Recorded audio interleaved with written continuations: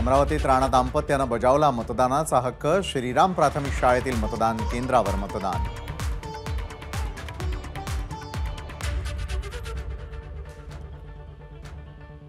बच्चू कडू यांचा मुलगा देवा कडू यांनी पहिल्यांदाच बजावला मतदानाचा हक्क। अमरावतीतील बेलोरो जिल्हा परिषद शाळेच्या मतदान केंद्रावर बच्चू कडू यांच्यासह त्यांची पत्नी नयना कडू आणि मुलगा देवा यांनी केलं मतदान।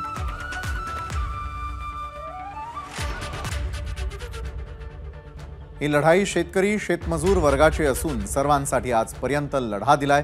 त्यांनी आता मला साथ द्यावी, बच्चू कडू यांचं आवाहन।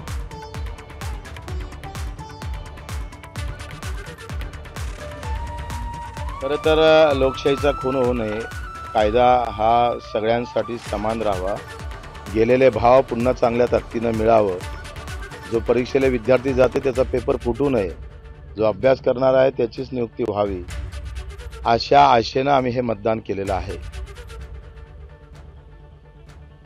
बुलडाण्यामध्ये रविकांत तुपकरांनी बजावला मतदानाचा हक्क। सावळा गावामध्ये तुपकरांचं मतदान।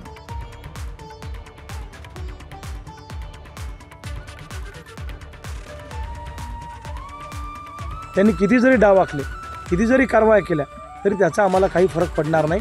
लक्षात ठेवा, जनतेने निवडणूक हाती घेतलेली आहे, जनता जिंकणार आहे। सत्य परेशान हो सकता है लेकिन पराजित नहीं। राजस्थानच्या माजी मुख्यमंत्री वसुंधरा राजे शिंदे यांनी केलं मतदान। पुन्हा एकदा भाजपचं सरकार येणार, मतदानानंतर वसुंधरा राजेंची प्रतिक्रिया।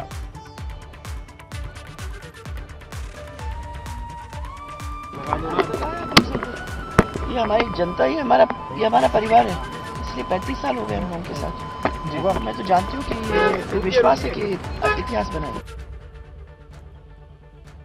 बेंगळुरूमध्ये देखील मतदान। इन्फोसिस फाउंडेशनचे नारायण मूर्ती आणि सुधा मूर्ती यांनी बजावला मतदानाचा हक्क। Today is a very happy day. Today is a day when we should all be enthusiastic to exercise that power. लोकांमध्ये महायुतीबद्दल प्रचंड रोष आहे। भाजपनं पक्षफोडीचं राजकारण केल्यानं लोकांमध्ये प्रचंड नाराजी। संजय देशमुखांची मतदानानंतर प्रतिक्रिया। लोकांमध्ये तितका प्रचंड रोष यांच्या पक्षाबद्दल निर्माण झालेला आहे आणि विशेष करून जी गद्दारी झालेली आहे ती गद्दारीसुद्धा लोकांना आवडलेली नाही। जे काही भारतीय जनता पार्टीनं पक्ष फोडण्याचा कार्यक्रम जो लावलेला आहे, अनेक पक्ष फोडले, त्याच्यामुळे लोकांमध्ये प्रचंड रोष आहे। अकोला लोकसभा मतदारसंघातील काँग्रेस उमेदवार डॉक्टर अभय पाटील यांनी सपत्नीक केलं मतदान। अकोल्यामध्ये डॉक्टर अभय पाटलांची लढत भाजपचे अनुप धोत्रे आणि वंचितचे उमेदवार प्रकाश आंबेडकरांशी। आज जो उत्साह इथं पाहतो, इतक्या सकाळी इतके लोक येत आहेत, याच्या पहिले मी कधीच इतकं पाहिलेलं नाही। मला वाटतं यावेळेस निश्चित अकोल्यामध्ये टर्नओव्हर जास्ती होणार आहे। लोकांना बदल पाहिजे असं एकंदरीत दिसते आहे आणि लोक खूपच उत्साहात आहेत इथं मतदानात। वर्धा भाजपचे उमेदवार रामदास तडस यांनी बजावला मतदानाचा हक्क। मला 100% विश्वास, मी तिसऱ्यांदा निवडणूक जिंकणार, तडस यांची प्रतिक्रिया। मला 100% विश्वास आहे की ही निवडणूक तिसऱ्यांदा पुन्हा जिंकेल। मला जनतेला आवाहन करायचं आहे की आपण लोकसभा मतदारसंघ हा देशाचा भवितव्य घडवणारी लोकसभा आहे, सर्वांनी या ठिकाणी मतदान करावं। नांदेडमध्ये विजयाचा गुलाल हा काँग्रेसचाच, वसंतराव चव्हाणांकडून विश्वास व्यक्त। आणि अशोक चव्हाण त्यांचे नेते आहेत, दोघांची प्रतिष्ठा या निवडणुकीमध्ये लागलेली आहे। किती प्रतिष्ठा लावली तरी आज सर्वसामान्य मतदार हा काँग्रेस पक्षाच्या बाजूने आहे आणि या निवडणुकीमध्ये काँग्रेसचाच विजय आहे। संतोष बांगर यांनी मतदानाचा हक्क बजावला। महायुतीचा उमेदवार विजयी होईल, संतोष बांगर यांची प्रतिक्रिया। देशाचे पंतप्रधान नरेंद्रभाई मोदी यांना तिसऱ्यांदा आपल्याला ह्या हिंदुस्थानाच्या राज्यगादीवरती बसवायचं आहे। त्याच्यामुळे माझी विनंती आपल्याला की धनुष्यबाण धनुष्यबाण धनुष्यबाण। नागेश पाटील आष्टीकर यांनी आपलं मूळ गाव असलेल्या आष्टीमध्ये बजावला मतदानाचा हक्क। आष्टीकर हिंगोली लोकसभेचे ठाकरे गटाचे उमेदवार।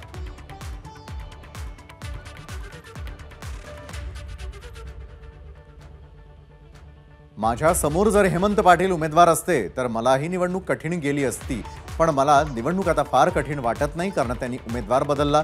हिंगोलीतील महाविकास आघाडी उमेदवार नागेश पाटील आष्टीकरांचं वक्तव्य.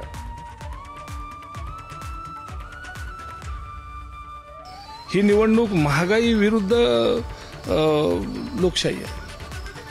म्हणजे प्रत्येक गोष्टीमध्ये लोकशाहीचा दबाव म्हणजे दाबून टाकण्यात येत आहे, त्याविरुद्ध ही निवडणूक आहे.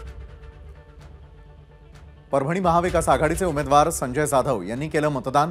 परभणीकर आम्हालाच विजयी करतील, संजय जाधव यांनी व्यक्त केला विश्वास.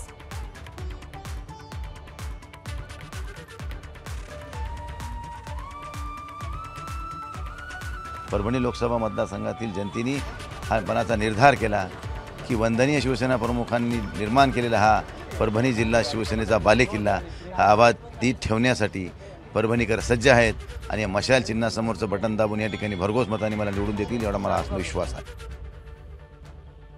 यवतमाळमध्ये महायुतीचाच विजय होईल, पुसदचे आमदार इंद्रनील नाईक यांच्याकडून विश्वास व्यक्त. इंद्रनील नाईक पुसदमध्ये केलं मतदान.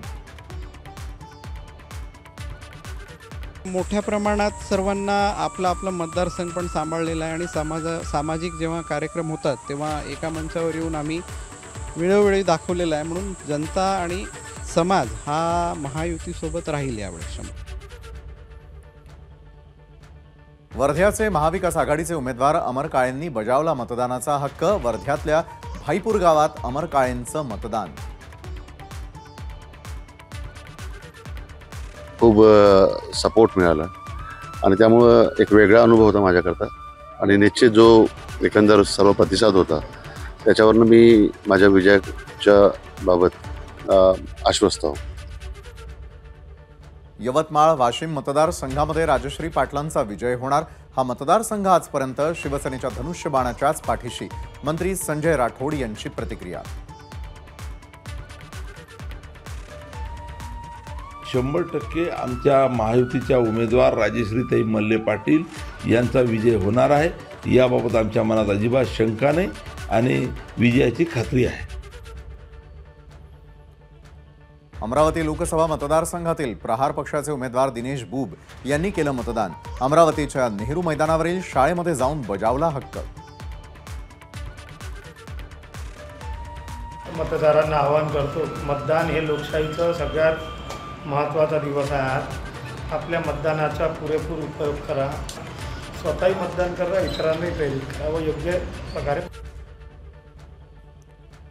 यवतमाळ वाशिम मतदारसंघाचे महाविकास आघाडीचे उमेदवार संजय देशमुख यांनी मतदानाचा हक्क बजावला. संजय देशमुख सहकुटुंब चिंचोली गावातील जिल्हा परिषद शाळेत त्यांनी केलं मतदान.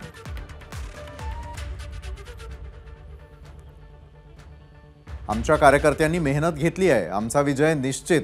यवतमाळचे महाविकास आघाडीचे उमेदवार संजय देशमुखांची प्रतिक्रिया. एबीपी माझा, उघडा डोळे बघा नीट.